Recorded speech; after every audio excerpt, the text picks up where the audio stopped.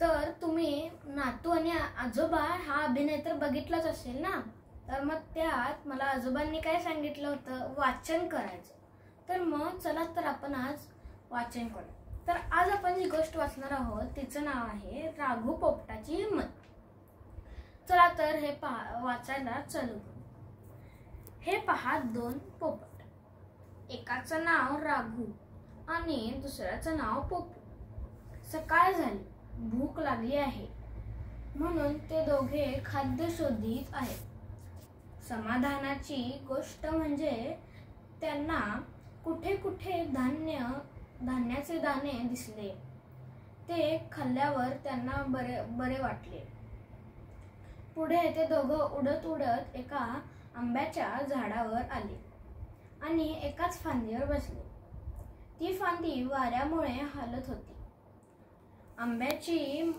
आंब्याच्या झाडाला पुष्कळ मोहर लागला होता. ह्या दोन्ही कारणांमुळे दोन्ही पोपट आनंदले आणि शीळ घालत गाऊ लागले. मोहर हा आंब्याचा पुष्कळ सुगंध दरवळला, वाऱ्यासंगे झोके घेतो, गंमत वाटे आम्हाला. राघू पोपट व पोपू पोपट ज्या आंब्याच्या झाडावर बसले होते ते शिरीनच्या अंगणात होते. शिरीन घरात बसला होता. त्याने त्या दोन पोपटांची शीळ ऐकली. तो लगेच अंगणात आला. आंब्याच्या झाडावर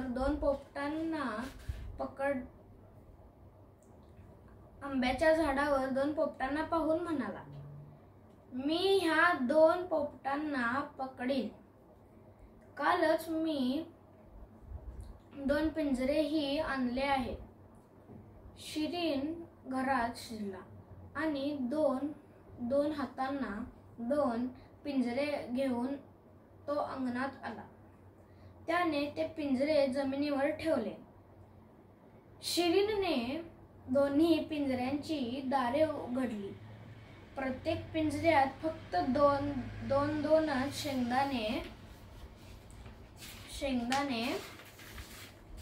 शेंगदाणे ठेवले. मग तो आपल्या घरात शिरला आणि लपून दोन्ही पिंजऱ्याकडे पाहू लागला. शिरीनने अंगणात दोन पिंजरे ठेवले. त्यात प्रत्येकी दोन शेंगदाणे ठेवले आणि पिंजऱ्याचे दार उघडी ठेवली. हे सगळे राघू पोपटाने पोपू पोपटाने पाहिले. राघू पोपट म्हणाला, पोपू सावधान, या माणसाने शेंगदाणे पिंजऱ्यात आपल्याला पकडण्यासाठी ठेवले. त्यावर पोपू पोपट म्हणाला, पिंजऱ्याचं दार उघड आहे ना, मग कसली भीती झाली. पोपू पोपट मग कसली भीती झाली. पोपू पोपट खाली आला, पिंजऱ्यात शिरला आणि शेंगदाणे खाऊ लागला. लपून बसलेल्या शिरीनने पाहिले. तो लगेच हातात एक पेरूची फोड घेऊन पिंजऱ्याजवळ आला.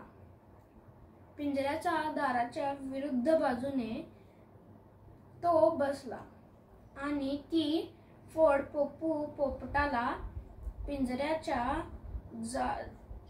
जाळीतून भरवू लागला.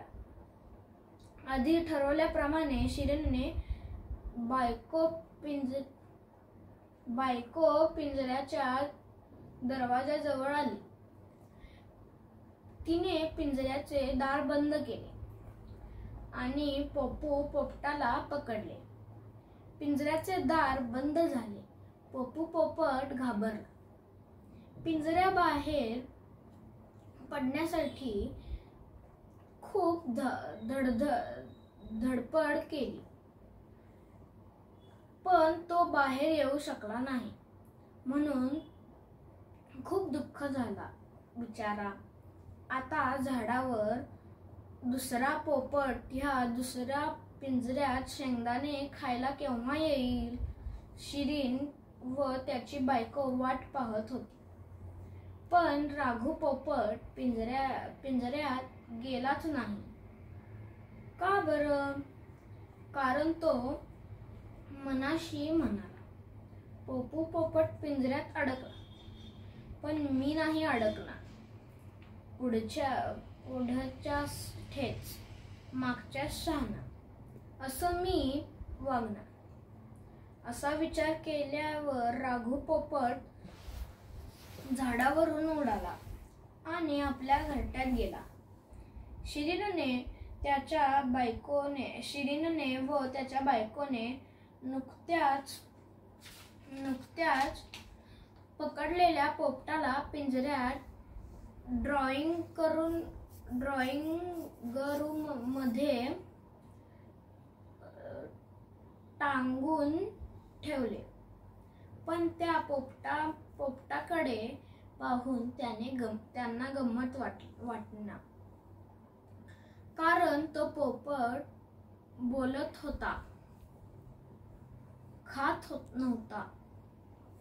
नव्हता, खात नव्हता आणि दुःखी होऊन नुसता बसून राहिला होता. म्हणून दुसऱ्या दिवशी सकाळी शिरीनने व त्याच्या बायकोने काय विचार केला, हाच की तो पिंजरा थोडा वेळ अंगणात ठेवावा म्हणजे पोपटाला बाहेरचंही वातावरण मिळेल. मग तो खूप खुश होईल. अंगणात आणून ठेवल्यावर पोपटाला जरा हुशारी वाटली. त्याने पिंजऱ्याबाहेर पडण्याचा पुन्हा खूप प्रयत्न केला, पण ते शक्य झाले नाही. म्हणून तो निराश झाला आणि डोळे मिटून पडून राहिला. पोपू पोपटाला शिरीनने पकडले म्हणून राघू पोपटाला फार वाईट वाटले. रात्री त्याला नीट झोपही लागली नाही. सकाळ झाली, ऊन पडू लागले आणि राघू पोपट निघाला त्या कालच्या आंब्याच्या झाडावर जाऊन बसला. लगेच त्याला आनंद वाटला, कारण की अंगणात पोपूच्या पिंजरं होतं. राघू पोपट मनातल्या मनात म्हणाला, मी हिम्मतवान आहे. माझ्या हिम्मतीचा उपयोग करेन आणि पोपू पोपटाला सोडवेन. राघू पोपट जपून पिंजऱ्याजवळ गेला. आपला वाकड्या चोचीने त्याने पिंजऱ्याच्या दाराची कडी उचलली. दार उघडलं. मग त्याने शीळ घातली आणि पोपूला चल म्हणाला. पोपू पोपट जागा झाला आणि पिंजऱ्याबाहेर आला. पोपटाची शीळ ऐकून शिरीन व त्याची बायको अंगणात आली. त्याने काय पाहिले? 2 पोपट उडत जात आहेत आणि पिंजरे रिकामे आहेत. तुम्हाला आजची ही गोष्ट आवडली असेल तर आपण आजोबांना सांगून येऊयात की मी गोष्ट वाचली. आजोबा, मी गोष्ट वाचली. छान हा बाळा, मस्त. तर आमच्या अशाच गोष्टी ऐकण्यासाठी आमच्या चॅनलला सबस्क्राईब करा, लाईक करा आणि शेअर करा. थँक्यू.